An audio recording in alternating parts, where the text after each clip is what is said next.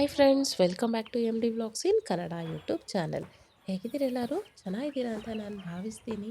ಇದು ಬಂದು Saturday vlog ಆಗಿರುತ್ತೆ. ನಾನು ಮಧ್ಯಾಹ್ನದಿಂದ ವ್ಲಾಗ್ನ ಸ್ಟಾರ್ಟ್ ಮಾಡಿದೆ, ಯಾಕಂದರೆ ಬೆಳಗ್ಗೆ ಎಲ್ಲ ಫುಲ್ ಬ್ಯುಸಿ ಇದ್ದೆ, ಅದಕ್ಕೋಸ್ಕರ. ನಂತರ ಇಲ್ಲಿ ಎಲ್ಲಿ ಹೋಗ್ತಾ ಇದ್ದೀನಿ ಅಂತ ನೋಡ್ತಾ ಇದ್ದೀರಾ? ನಾವಿಲ್ಲಿ ಬಸ್ಸಲ್ಲಿ ಅಕ್ಕ ಮನೆಗೆ ಹೋಗ್ತಾ ಇದ್ದೀವಿ. ಯಾಕಂದರೆ ಅಪ್ಪಗೆ ಕಣ್ಣು ಆಪ್ರೇಷನ್ ಆಯಿತು ನಾರಾಯಣ ನೇತ್ರಾಲಯದಲ್ಲಿ. ಅಕ್ಕ ಮನೆಗೆ ತುಂಬಾ ಹತ್ತಿರ ಇದೆ, ಅದಕ್ಕೋಸ್ಕರ ಅಲ್ಲೇ ಅವರು ಉಳ್ಕೊಂಡಿದ್ದಾರೆ. ಸರಿ, ನಾವು ನೋಡಿಕೊಂಡು ಒನ್ ಡೇ ಅಲ್ಲೇ ಸ್ಟೇ ಮಾಡಿ ಬರೋಣ ಅಂತ ಪ್ಲ್ಯಾನ್ ಮಾಡಿಕೊಂಡು ನಾನಿಲ್ಲಿ ಅಕ್ಕ ಮನೆಗೆ ಹೋಗ್ತಾ ಇದ್ದೀನಿ. ಫಸ್ಟ್ ಬಸ್ಸಲ್ಲಿ ಹೋಗಿ ಅಲ್ಲಿಂದ ಮೆಟ್ರೋದಿಂದ ನೆಕ್ಸ್ಟು ಮೆಟ್ರೋದಿಂದ ಇಳಿದು ನಂತರ ಆಟೋದಲ್ಲಿ ನಾವು ಅಕ್ಕ ಮನೆಗೆ ಹೋಗ್ತಾ ಇದ್ದೀವಿ. ನೋಡ್ಬೋದು, ಇದು ಬಂದ್ಬಿಟ್ಟು ಅಕ್ಕ ಮನೆ. ಇವರೇ ನಮ್ಮ ಅಕ್ಕ. ಎತ್ಕೊತೀನಿ ಬಾರೋ ಅಂದರೆ ನಮ್ಮೂರು ಇಲ್ಲಿ ನಾಚ್ಕೋತಾ ಇದ್ದಾನೆ. ನಂತರ ಹಾಗೆ ಮಾತಾಡಿಕೊಂಡು ಮನೆ ಒಳಗಡೆ ಹೋದ್ವಿ.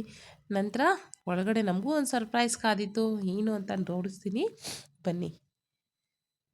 ನನಗಂತೂ ಅಕ್ಕ ಮನೆಗೆ ಬರೋದಕ್ಕೆ ತುಂಬಾ ಖುಷಿಯಾಗುತ್ತೆ, ಯಾಕಂದರೆ ಒಂಥರ ಪಾಸಿಟಿವ್ನೆಸ್ಸು ಮನೆಯಲ್ಲಿ. ಎಲ್ಲರೂ ತುಂಬಾ ಚೆನ್ನಾಗಿ ಮಾತಾಡ್ತಾರೆ. ಅದಕ್ಕೋಸ್ಕರ ನೋಡ್ಬೋದು ಯಾರು ಬಂದಿದ್ದಾರೆ ಅಂತ. ಇಲ್ಲಿ ನಮ್ಮ ಮದರ್ ಇಂಡಿಯಾ ಅಂದರೆ ನಮ್ಮ ಅಮ್ಮ ಬಂದಿದ್ದಾರೆ. ನೋಡಿ ತುಂಬಾ ಖುಷಿ ಆಯಿತು ಅಮ್ಮನ್ನ. ನಂತರ ಇಲ್ಲಿ ಮೋರನ್ನ ನೋಡ್ಬಿಟ್ಟು ಅವರು ಖುಷಿಯಾಗಿ ಎಲ್ಲ ಎತ್ಕೊಂಡು ಮಾತಾಡಿಸ್ತಾ ಇದ್ದಾರೆ. ನಂತರ ಇವರು ಬಂದ್ಬಿಟ್ಟು ನಮ್ಮ ಭಾವ ಅವರ ತಮ್ಮ ಆನಂದ್ ಅಂತ ಹೇಳ್ಬಿಟ್ಟು ನಾವು ಇವ್ರನ್ನ ಆನಂದಣ್ಣ ಅಂತಲೇ ಕರಿತೀವಿ. ತುಂಬಾ ಫ್ರೆಂಡ್ಲಿ ಆಗಿರ್ತಾರೆ ಇವರು. ತುಂಬ ಚೆನ್ನಾಗಿ ಮಾತಾಡ್ತಾರೆ. ಮೋರು ಮತ್ತು ಧ್ರುವನಂತೂ ತುಂಬಾ ಆಡಿಸಿದ್ದಾರೆ. ಹಾಗೆ ತುಂಬ ಚೆನ್ನಾಗಿ ಅವ್ರ ಮಕ್ಕಳ ಜೊತೆ ಆಟ ಆಡೋದ್ರಲ್ಲೂ ಇವ್ರಿಗಂತೂ ತುಂಬಾ ಖುಷಿ. ಇವರು ಅಷ್ಟೇ, ಇವ್ರು ಬಂದ್ಬಿಟ್ಟು ಹೈಕೋರ್ಟಲ್ಲಿ ಕೆಲಸ ಮಾಡ್ತಾ ಇದ್ದಾರೆ ಜಡ್ಜ್ ಜೊತೆಗೆ. ಇವರು ಇವತ್ತು ಫ್ರೀ ಆಗಿದ್ರಂತೆ, ನಮಗೂ ಸರ್ಪ್ರೈಸು, ಇವತ್ತು ಮನೆಯಲ್ಲೇ ಇದ್ದಾರೆ ಅಂತ ಹೇಳ್ಬಿಟ್ಟು. ನಂತರ ಅಕ್ಕ ಎಲ್ಲ ಊಟಕ್ಕೆ ರೆಡಿ ಮಾಡ್ತಾ ಇದ್ದಂಗೆ ನೀವು ನೋಡ್ಬೋದು ನಮ್ಮ ಅಕ್ಕ ಅವರ ನಾದಿನಿ, ನಮ್ಮ ಭಾವ ಅವರ ಅಕ್ಕ. ಇವರು ಅಷ್ಟೇ ತುಂಬಾ ಫ್ರೆಂಡ್ಲಿ ನೇಚರು. ಇವ್ರು ಬಂದ್ಬಿಟ್ಟು ನಮ್ಮಪ್ಪ. ಮೂರನ್ನ ನೋಡಿ ಫುಲ್ ಖುಷಿಯಾಗಿ ಹಾಗೆ ಪಕ್ಕದಲ್ಲಿ ಕೂರಿಸ್ಕೊಂಡು ಮಾತಾಡ್ಸ್ಕೊಂಡಿದ್ದಾನೆ. ಧ್ರುವೆಲ್ಲಿ ಅಂತ ಕೇಳ್ತಾ ಇದ್ರು. ನಂತರ ನೀನು ಹೋಗಿದ್ದ ಸ್ಕೂಲ್ಗೆ ಅಂತ ಕೇಳಿದ್ರೆ ಅವನು ಸ್ಕೂಲಲ್ಲಿ ಟ್ರಿಪ್ ಹೋಗೋದ್ರ ಬಗ್ಗೆ ಎಲ್ಲ ಹೇಳ್ತಾ ಇದ್ದ. ಹಾಗೆ ಮಾತಾಡಿಕೊಂಡು ನಾವು ಒಂದು ಸ್ವಲ್ಪ ಹೊತ್ತು ಊಟ ಎಲ್ಲ ಮಾಡಿ ನಂತರ ನಾವು ಹೊರಗಡೆ ಹೋಗೋಣ ಅಂತ ಅಂದ್ಕೊಂಡ್ವಿ. ಯಾಕಂದರೆ ಸ್ವಲ್ಪ ಜ್ಯುವೆಲರಿ ಶಾಪಿಂಗು ಮತ್ತು ಬ್ಯಾಂಗಲ್ಸ್ ಎಲ್ಲ ಬೇಕಾಗಿತ್ತು. ಅದಕ್ಕೋಸ್ಕರ ಹೊರಗಡೆ ಹೋದ್ವಿ ಶಾಪಿಂಗ್ಗೆ. ನೋಡ್ಬೋದು ಇಲ್ಲಿ ಎಲ್ಲ ಲೇಡೀಸ್ ಜ್ಯುವೆಲರಿ ಇತ್ತು, ನೆಕ್ ಪೀಸಸ್ ಇದ್ವು, ಹಾಗೆ ಇಯರಿಂಗ್ಸು, ಬ್ಯಾಂಗಲ್ಸು ಬರೀ ಇವೇ ಇದ್ವು. ನಮ್ಮವರು ಎಲ್ಲ ಒಂದು ರೌಂಡ್ ಹಾಕ್ತಾಯಿದ್ದ ಏನಾದರೂ ಸಿಗುತ್ತಾ ಅಂತ ಹೇಳ್ಬಿಟ್ಟು. ಬಟ್ ಮಕ್ಕಳು ಯೂಸ್ ಮಾಡುವಂಥ ಟಾಯ್ಸ್ ಆಗಲಿ ಅವ್ನಿಗೆ ಬೇಕಾಗಿರೋದು ಏನೂ ಸಿಗಲಿಲ್ಲ. ಸೊ ಒಂದು ಸ್ವಲ್ಪ ಹೊತ್ತಿಗೆ ಅವ್ನು ಸ್ಟಾರ್ಟ್ ಮಾಡ್ದ, ಇವ್ರದ್ದು ಇನ್ನೂ ಮುಗಿಯಲ್ಲ ಅಂತ ಹೇಳ್ಬಿಟ್ಟು ಬಾ ಹೋಗೋಣ ಅಂತ ಹಠ ಮಾಡೋಕ್ಕೆ ಸ್ಟಾರ್ಟ್ ಮಾಡ್ದ. ನನಗೆ ಸ್ವಲ್ಪ ಜ್ಯುವೆಲರಿ ಮೇಲೆ ಇಂಟ್ರೆಸ್ಟ್ ಜಾಸ್ತಿ ಅಲ್ವಾ, ಅಂದರೆ ನನಗೆ ಜುಮ್ಕಾಗಳಂದರೆ ತುಂಬಾ ಇಷ್ಟ. ಎಲ್ಲಿ ನೋಡಿದ್ರೆ ಜುಮ್ಕಾಗಳ ಹತ್ರ ನೋಡ್ಕೊಂಡು ಹಾಗೇ ನಿಂತ್ಕೊಂಡ್ಬಿಡ್ತೀನಿ. ನಂತರ ಏನು ಹಠ ಮಾಡ್ತಿದ್ದ ಅಂತ ಬೇಗ ಎಲ್ಲ ತೊಗೊಂಡು ನಂತರ ಹೊರಗಡೆ ಬಂದ್ವಿ. ಬಂದ ತಕ್ಷಣ ಮೋರುಗೆ ಮತ್ತು ನಮಗೆಲ್ಲ ಜ್ಯೂಸ್ ಕುಡಿಯೋಣ ಅಂತ ಹೇಳಿ ನಾನು ಪೈನಾಪಲ್ ತೊಗೊಂಡೆ, ನಮ್ಮ ಮೋರುಗೆ ವಾಟರ್ಮೆಲನ್ ತೊಗೊಂಡ್ವಿ. ಬಟ್ ಅವ್ನು ಇಷ್ಟಪಡಲಿಲ್ಲ, ಯಾಕೋ ಗೊತ್ತಿಲ್ಲ. ಒಂದು ಸ್ವಲ್ಪ ಕುಡಿದ್ಬಿಟ್ಟು ಎಲ್ಲ ವಾಪಸ್ ಕೊಟ್ಬಿಟ್ಟ. ನಂತರ ಹಾಗೆ ನಡ್ಕೊಂಡು ಹೋಗುವಾಗ ಇಲ್ಲಿ ಫ್ರೂಟ್ಸ್ ನೋಡಿಸ್ಬೋದು, ಬರೀ ಫ್ರೂಟ್ಸ್ದು ಗಾಡಿಗಳಿದ್ವು.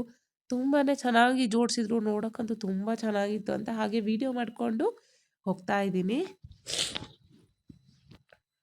ನಂತರ ನಾವು ಟೈಮ್ ಆಗುತ್ತೆ ಮನೆಗೆ ಹೋಗೋಣ ಅಂದ್ಕೊಂಡ್ವಿ.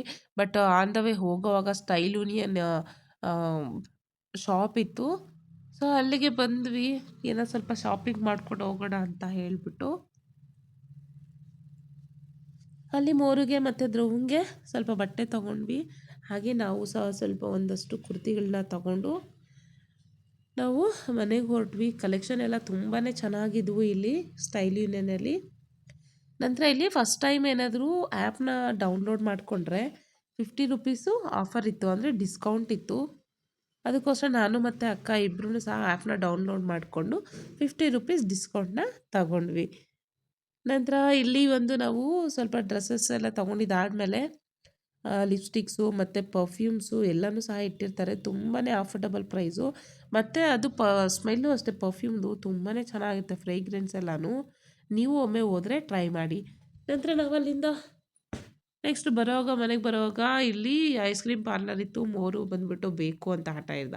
ಅಲ್ಲೂ ಅವನಿಗೆ ಐಸ್ ಕ್ರೀಮ್ ಎಲ್ಲ ಕೊಡಿಸ್ಬಿಟ್ಟು ನಂತರ ನಾವು ಮನೆಗೆ ಹೋಗೋ ಅಷ್ಟೊತ್ತಿಗೆ ಲೇಟ್ ಆಯಿತು. ನಂತರ ಬಿಸಿ ಬಿಸಿ ಟೀ ಕುಡಿದ್ಬಿಟ್ಟು ಕುತ್ಕೊಂಡು ಟಿ ವಿ ನೋಡ್ತಾ ಇದ್ವಿ. ಹೊರಗಡೆಯಿಂದ ಡೋಲ್ ಸೌಂಡ್ ಬಂತು. ಏನಪ್ಪ ಅಂದರೆ ಹೊರಗಡೆ ಗಣೇಶನ ವಿಸರ್ಜನೆಯ ಉತ್ಸವ ನಡೀತಾ ಇತ್ತು. ತುಂಬಾ ಚೆನ್ನಾಗಿ ಮಾಡಿದ್ರು. ಬನ್ನಿ ನಿಮಗೂ ಈ ಉತ್ಸವ ಹೇಗೆ ನಡೀತು ಅಂತ ತೋರಿಸ್ತೀನಿ.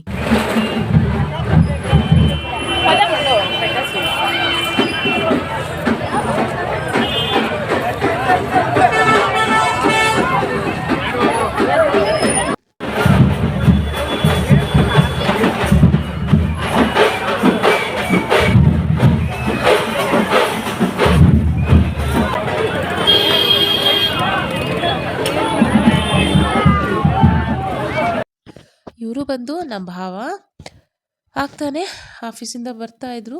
ಮೋರನ್ನ ನೋಡಿಬಿಟ್ಟು ಬೇಕ್ರಿಯಲ್ಲಿ ಏನು ಬೇಕು ಅಂತ ಕೇಳಿಬಿಟ್ಟು ಅವನಿಗೆ ಬೇಕಾಗಿರೋದನ್ನ ತಗೊಡ್ತಾ ಇದ್ದಾರೆ. ಮತ್ತು ಅಲ್ಲಿರೋರ್ಗೂ ಪರಿಚಯ ಮಾಡಿಸ್ತಾ ಇದ್ರು ಮೋರು ಬಗ್ಗೆ.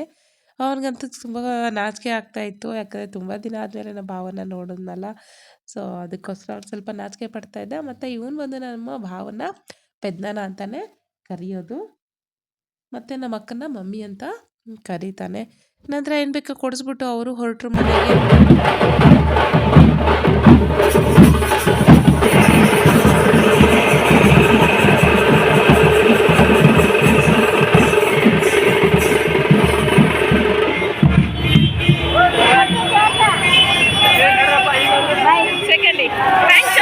ನೋಡಿದ್ರಲ್ವಾ, ಮೂರೂ ಸಹ ಡೋಲೆಲ್ಲ ಹೊಡೆದ. ಅವನಂತೂ ಫುಲ್ಲು ಖುಷಿ ಆಗ್ಬಿಟ್ಟ.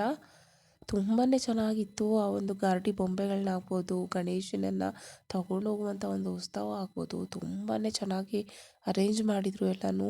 ಪಟಾಕಿಗಳು ಅಷ್ಟೇ ತುಂಬಾ ಹೊಡೆದ್ರು. ನಾನು ಫಸ್ಟ್ ಟೈಮು ಈ ಥರ ಒಂದು ಗಣೇಶನ ವಿಸರ್ಜನೆಯನ್ನು ಇಷ್ಟು ಗ್ರ್ಯಾಂಡಾಗಿ ನೋಡಿದ್ದು. ನಿಮಗೂ ಸಹ ಇಷ್ಟ ಆಗಿದೆ ಅಂತ ನಾನು ಅನ್ಕೋತೀನಿ.